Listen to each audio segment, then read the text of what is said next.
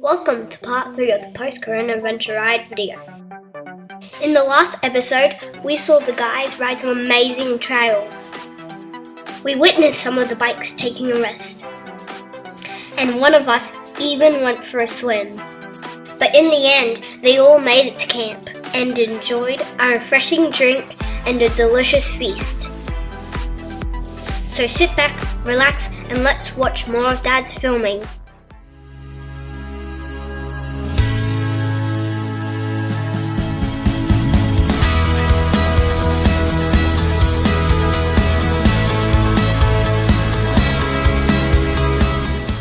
Well, good morning, guys. We got through the night. It was quite a frosty night last night.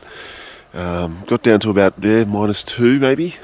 So you can see there's a good frost on the top of the grass here, but from the sounds of it, everyone was having a good sleep. There was plenty of roaring swags throughout the camp.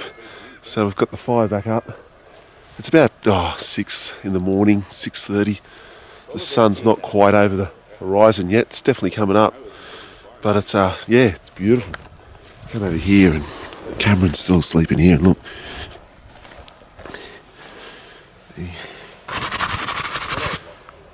beautiful.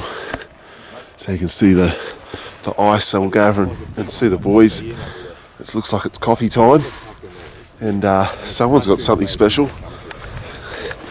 Good morning, lads. How are you all? Sleep good? Oh yeah, mate, very good. Yeah, nice. Ready? Well, as you can see, the camp is now completely packed up. We're about to jump on the bike, head up to the house and just do a quick tour of the house. The fire's still going, but one of the builders is coming down with a huge drum of water, so he's going to put that out for us right now, and we're good to go. Greg's bike started up first thing this morning, which is good. So that battery issue seems to have resolved itself, so we don't have to worry about picking up a battery in at Lithgow or Oberon. That's it. Not a bad camp spot, this one.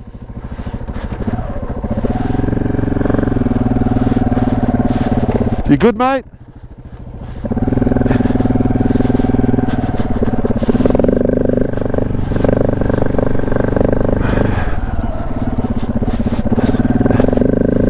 So another good day ahead of us now. Not exactly sure of the route. Once we get up here, I'll talk to the guys and we'll work out where we're going.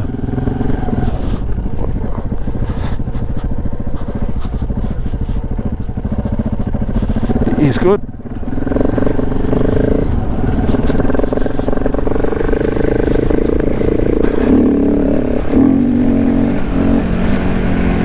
Straight across the paddock.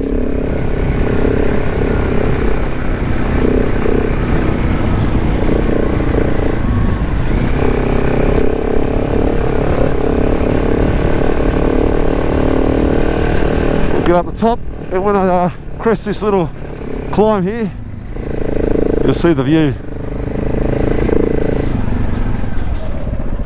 There we have it.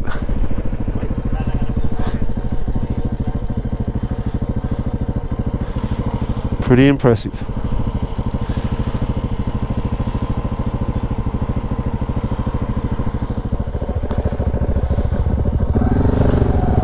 Well, we just had a marvellous tour of the invisible house. Pretty impressive. And now we're leaving Steve's property, and we're now heading into Lithgow, where we're going to get some fuel and any other supplies that we need, and then we'll continue on. Whoa.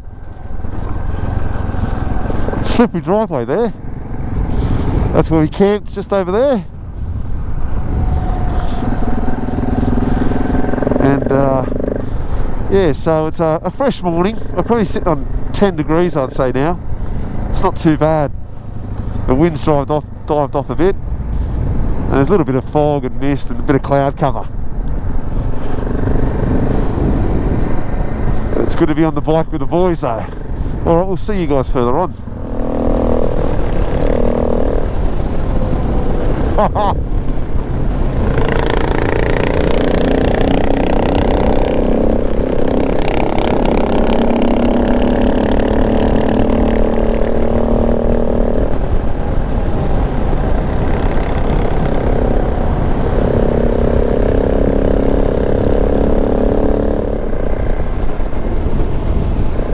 Just went through the town of Lithgow, and now we're making our way up the Bells Line Road up towards Clarence, where we're going to make that left-hander and get off this black stuff and get back on the dirt. There we go.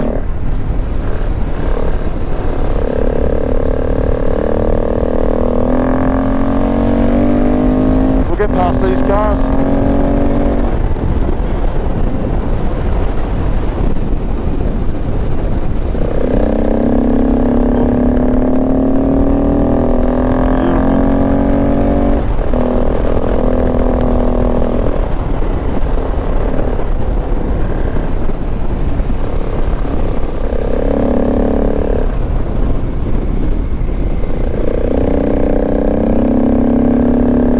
Twisties coming out of Lithgow.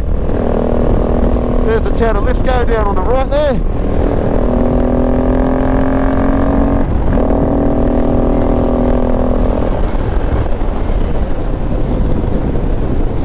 So you can follow this road, it goes all the way into down into Richmond, that Currajong type of area, on that northwest side of Sydney.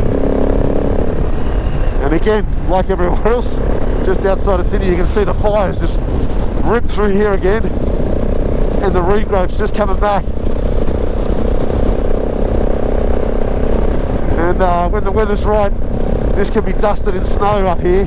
Not exactly sure of the elevation, but yeah, certain parts throughout the winter, this whole place is covered in snow, and Lithgow gets a dumping.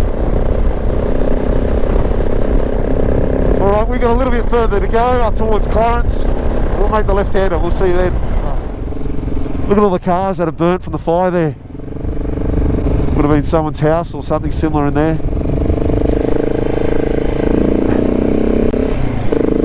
Yeah, it's pretty tragic to see, you know, okay, the Australian bush can handle the fire and regenerate, but when you start to see property damage and possibly loss of life, and then you see a miracle like that.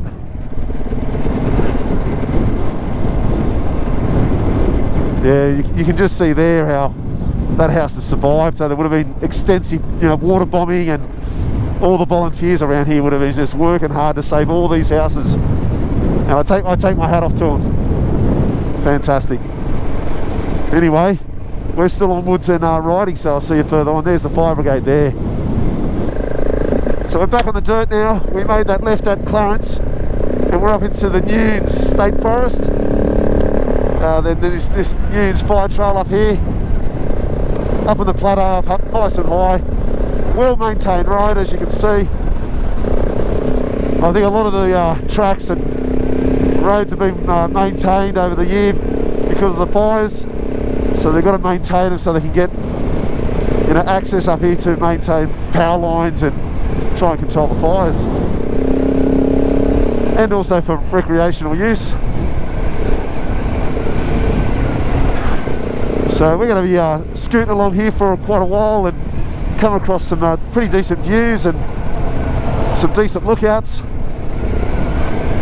And we're going to, you know, slowly just make our way up towards Kapiti and head off from there. So I'll see you guys further on.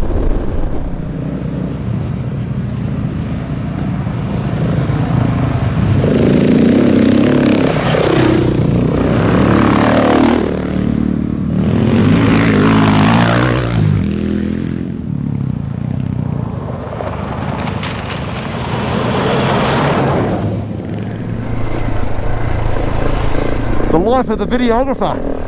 You do the videoing and then you've got to boot it to catch up.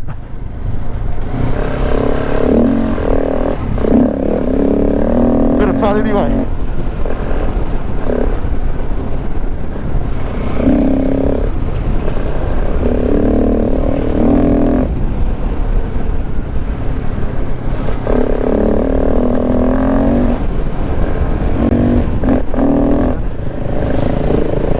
Yeah, so we've come over the top of the Nunes,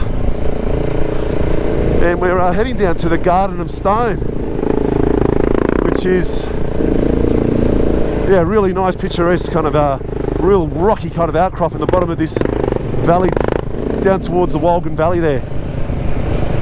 And it's pretty lush and green, and then you got all these huge rock formations. So just trying to get a bit closer than normal for some decent footage, so because you normally wouldn't be riding this close, but we've washed off a fair bit of speed and the dust is not too bad.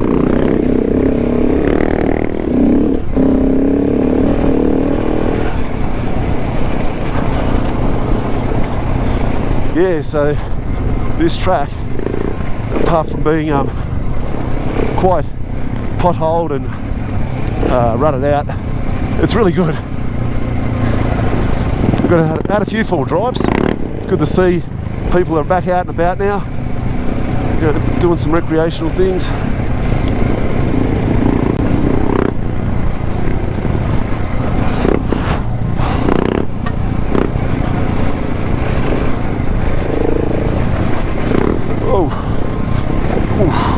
Don't want to get too much air.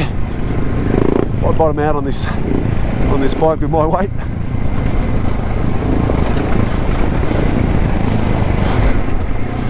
Yeah,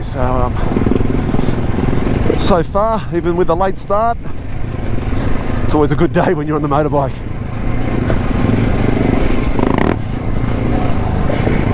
Yeah, this is kind of what it's like.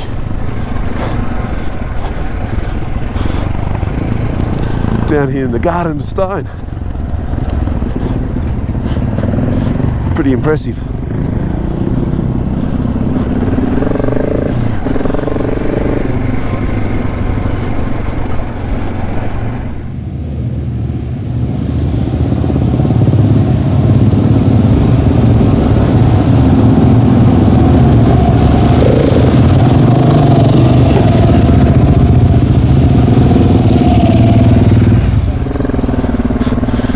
So you can see we just crossed Walgan Valley Road coming out of the Nune State Forest, and now we're coming into what I believe is the back of Ben Bullen, going up on the top of the plateau up here. But I think we've got to climb somewhere here, up here on the right. And it's a bit of a tricky climb. This one just here. This is it here.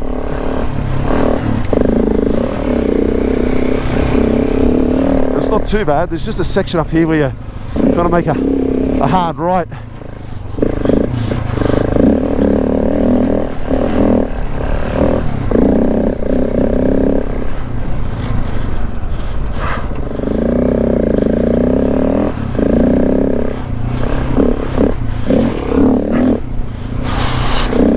Piece of cake, boys. It's actually better than before. Oh! All right.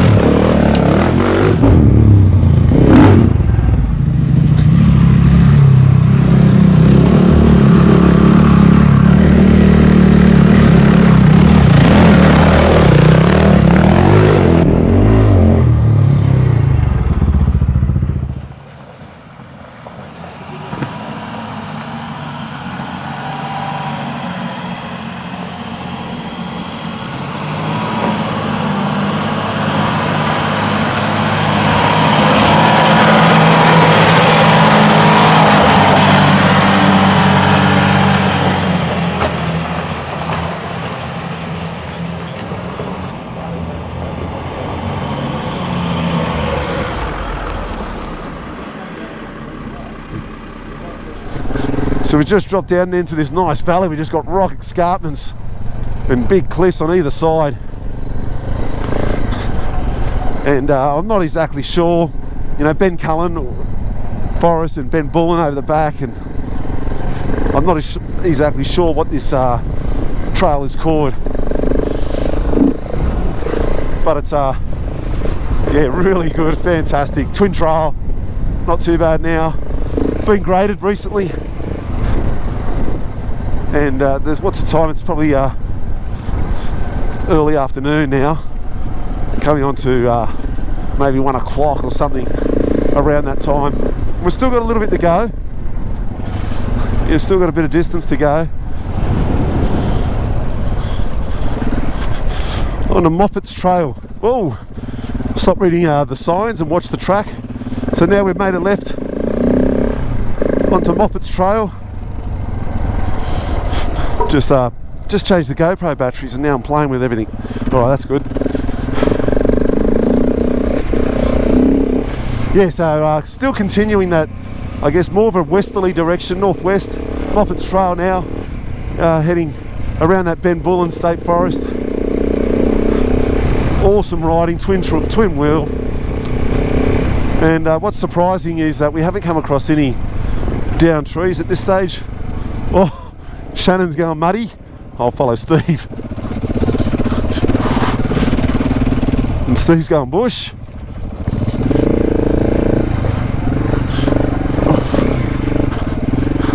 There we go. So whilst we're making our way to Cavity, I better give you an update and let you know why we're down 2 riders. And this morning we made the decision to Matty and Danny on the BMW and the wrecked Ducati now decided to break away at Lithgow and just take the sealed road section, because we believe that this one was going to be pretty rutted out and rough, because historically it was. But however, they would have loved it. It's been a great ride and it's been graded recently, so they would have made it for sure. But anyway, yeah, so we're meeting them at Kapiti now.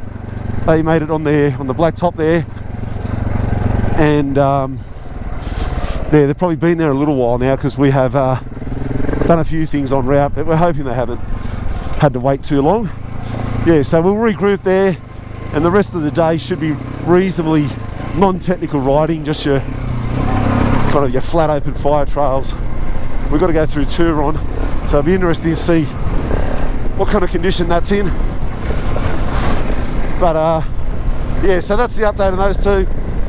Didn't want to ride this morning on the technical hard stuff. Wanted to, you know, just give the bike a break, because she's only been held together by a bit of 100-mile-an-hour tape. And yeah, so regroup, back together, and we're going to head towards Sofala and Journey's End. But geez, they've missed out on a good ride. This has been an awesome trail. So just up north of Cavity, heading towards Mudgee on that road, we just made a left-hand turn in what is another, I guess, a good decent dirt road, and this one's called Razorback Road. That's a pretty cool name, Razorback. It sounds like it's pretty gnarly, but as you can see, she's yeah, well used, and it's you know, used by all the farmers in this area to access all these properties out here. So just a standard Australian dirtback road. You know, great country, undulating hills, lovely and green. The sun's going down. It's about, what do we got? Just after 3 o'clock, 3:30. So we don't have much time left before we lose the sun, and we probably will get into camp under the cover of darkness, I would say. But anyway, can't be helped. And yeah, we're making decent time anyway now, and this road stays like this a fair bit.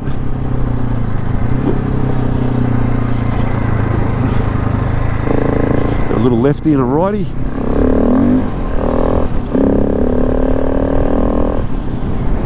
As you can see how nice and green it is, you know, only a year ago, 2 years maybe, you know, all this country and this land was in drought conditions, and it was really, really dry and barren. There's a bit of rain, you can see how nice and green it is. So it's really good to see.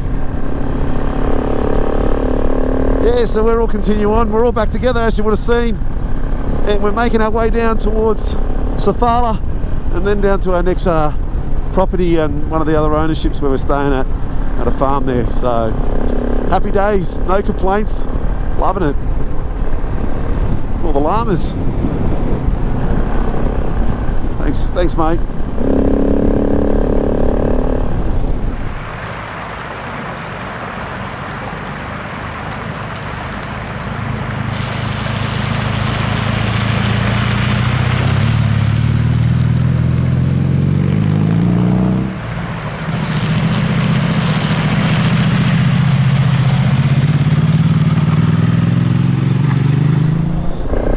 So I believe this is the town of Sofala. Now unfortunately I can't tell you too much about this. All I know is it's a really old town. There's still people living here. There's no petrol, no much at all to get from here. Maybe a general store. Huge, big gold mining town from back in the day. And yeah, so obviously you can still see there's people living here. The old cafe is closed. This would have been the main drag. Yeah, so a good little town. Again, COVID would have really hurt towns like this with limited travel. Old mate's getting around alright.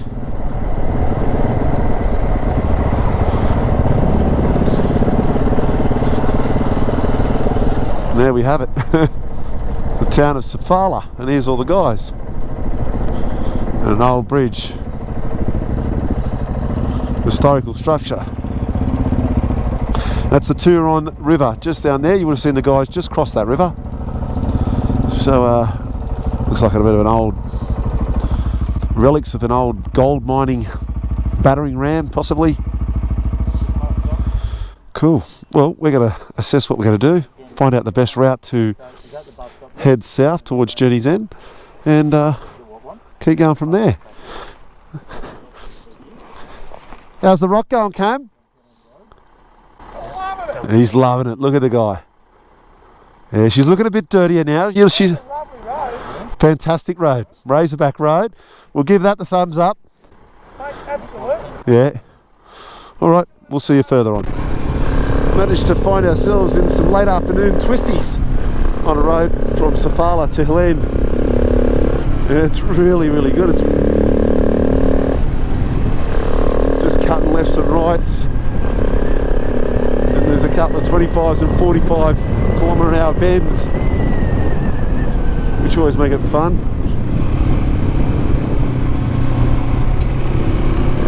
Oh, that sun's getting lower.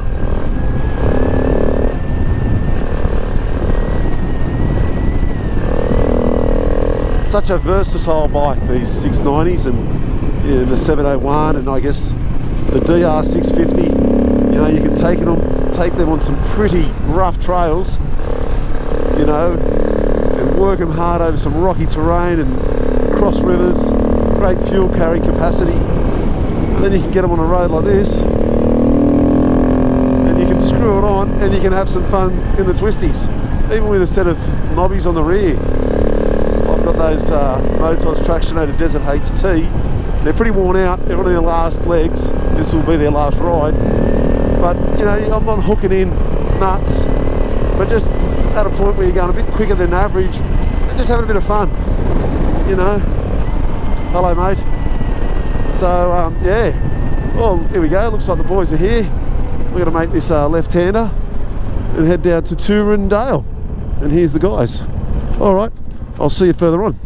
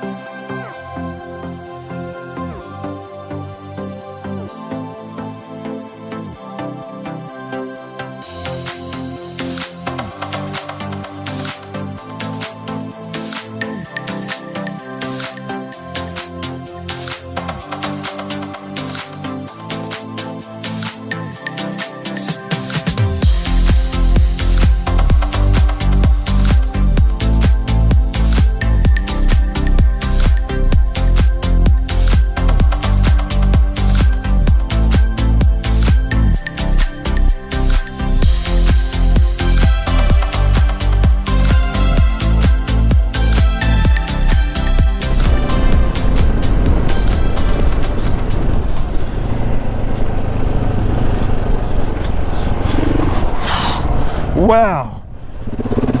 Nearly lost it there. Crossing that little ford.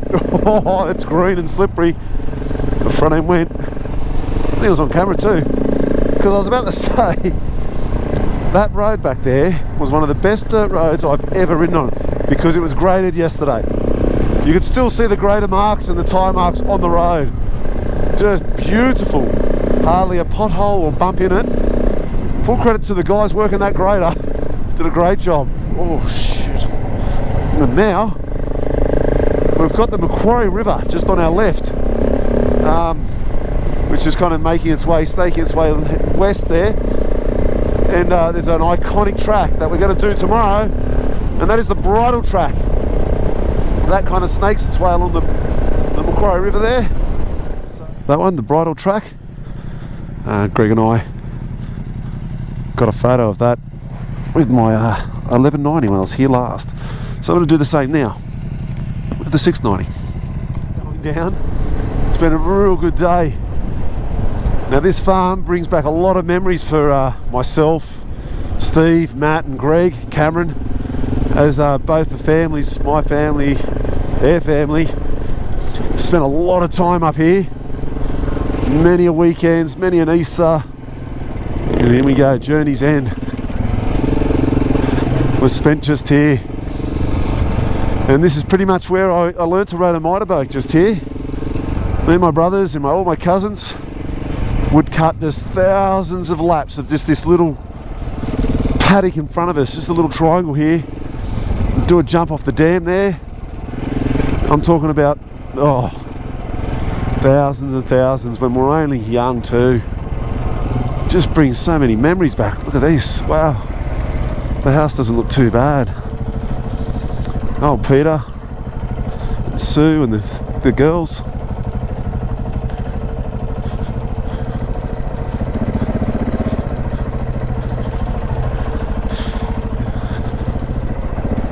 Oh, this is just, blowing my mind. It's just bringing back so many memories. Just learning to ride a motorbike in this area. Down in this gully, learning how to do a jump. My brother had like an XR75. He had maybe a YZ80. I was on some kind of a old Yamaha 80 or something. And it was just such a good experience to be had as just a young boy. You know, especially coming from the city and getting out onto the farm. You know, jumps there, we used to jump that, come up through here. It's probably boring for all you viewers, but yeah, definitely bringing back a lot of memories for myself and my family when they watch this back. Anyway, that's enough nostalgia for the day. We're heading up to what the top was known as, there's an airstrip up here. And we're going to try and find a decent spot to set up camp for the night.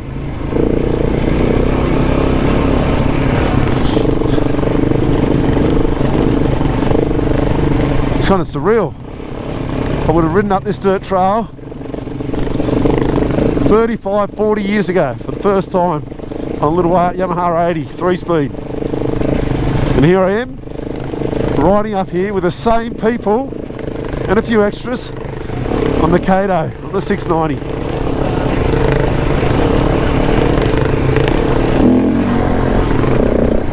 How good is this? Little Kanga.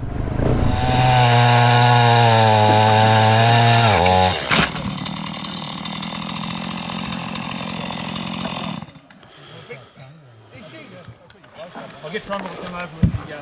I was just going to fold it. There's already Well, a shitload down we there. just have come into, as you would have seen, Journey's End. We've come over the back paddock near the airstrip here. Wow, it's pretty dark. And we managed to find a reasonably flat spot with some water views just in there. We've quickly unloaded that Amarok and we want to shoot up the top there and see if we can grab one of the fallen trees and either drag it back or chop it up and throw it in the back, because we want to try and get firewood before it is completely dark. So yeah, another ripper day. Some really, really good trails, and I'm sure we'll do some kind of debrief and talk about it later on. But my bike, let's have a look at it. Love it, absolutely no complaints. performed flawlessly. Everything I wanted it to do, it did. So really happy with that. Well, just like everyone else's bike, really. They all did exactly what they wanted them to do, and everyone had a great time. So as you can tell, I'm pretty excited and happy to be here, that's for sure. And the sky's looking amazing. I'll kind of give you a 360. So that's kind of looking southwest, out that way. Stopped here beside the dam, probably full of mozzies, I would say. Maybe not a good idea to be parked here. And coming around, so that's looking obviously out west where the sun was. And these guys are now going to try and get some firewood. Anyway, all right, we'll start setting up camp and talk to you later. Craig, how do you start a fire? Well, you get some wood, you get a match, Right, and you get the secret ingredient, right. What's that, love? which is waffle wood. Oh, that's how you start a fire. Instant fire.